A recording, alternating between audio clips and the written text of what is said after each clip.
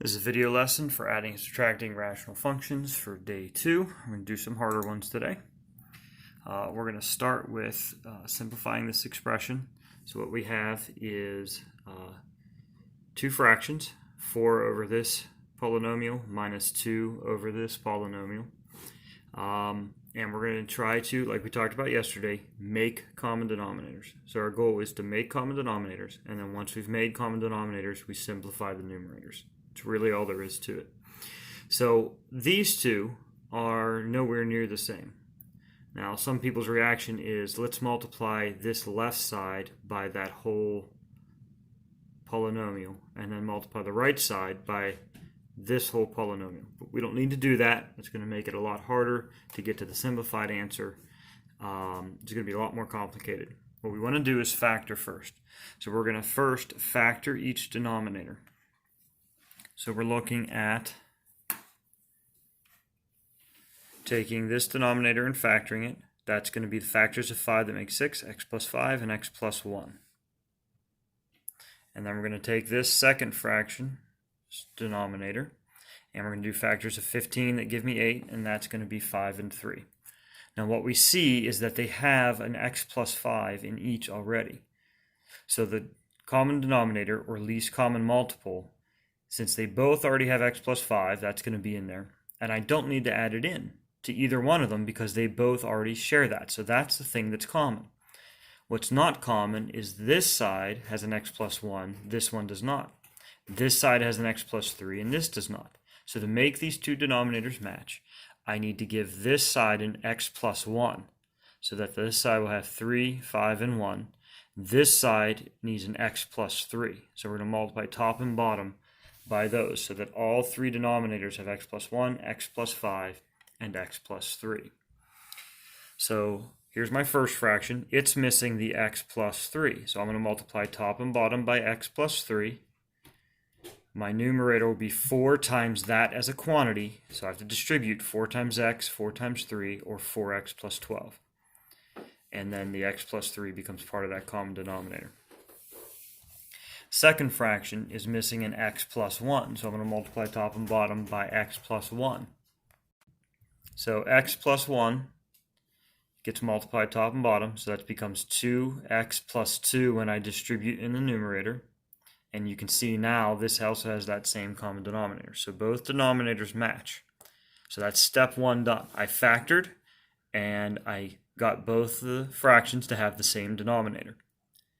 Now I'm ready to work with the numerators. Since they all have the same denominator, I'm going to combine these two together, these two numerators together over top of one common denominator. So 4x plus 12 minus 2x plus 2. And notice these are in parentheses because they're quantities, because this is going to be minus 2x and minus 2, since that minus sign distributes or applies to both terms. So 4x plus 12 minus 2x minus 2, when I do the subtraction, makes 4x minus 2x, 2x, 12 minus 2, combining like terms, 10. So 2x plus 10 all over this common denominator. Now, we're going to see today a couple of different problems where we have to finish simplifying. This is a great answer, but it's not a final answer because this can be simplified further, which is the goal for all of these, is to simplify as much as possible. I notice in this numerator there's a GCF. Both these terms share a 2.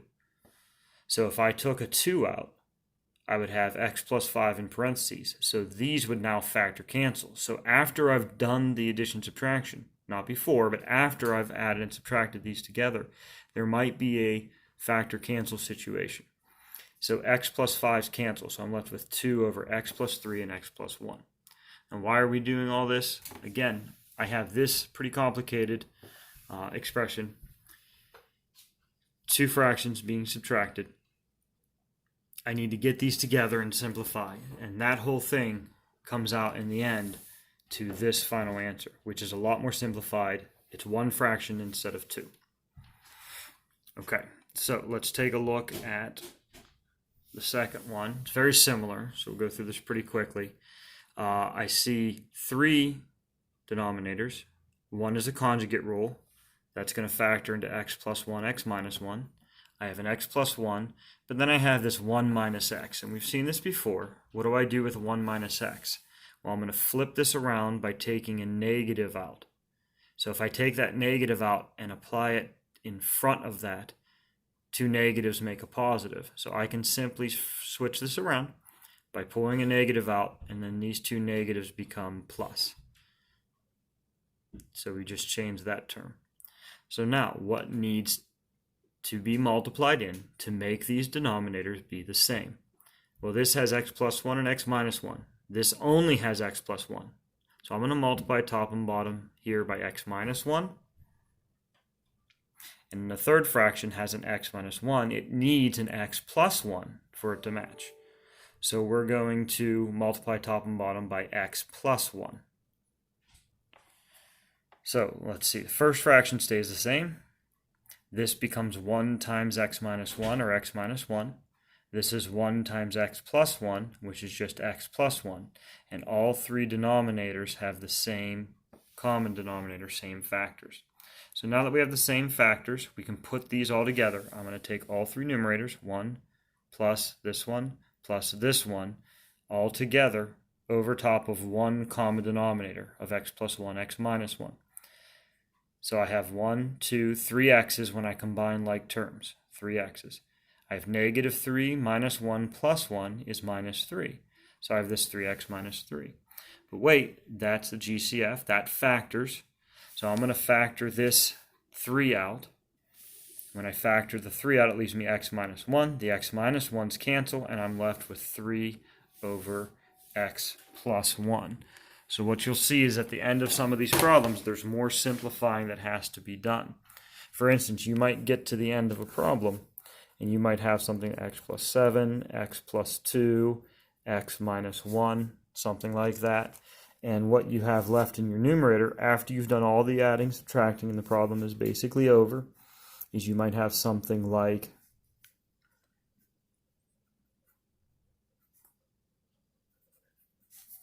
that expression. Oh wait, maybe that can factor. And what we would do is we factor the numerator and basically do factor cancel. And when I factor that numerator, could be one thing or it could be more than one thing that ends up canceling and becoming even more simplified. So just keep an eye out for that as you get to the end of the problems today. See if something will factor cancel.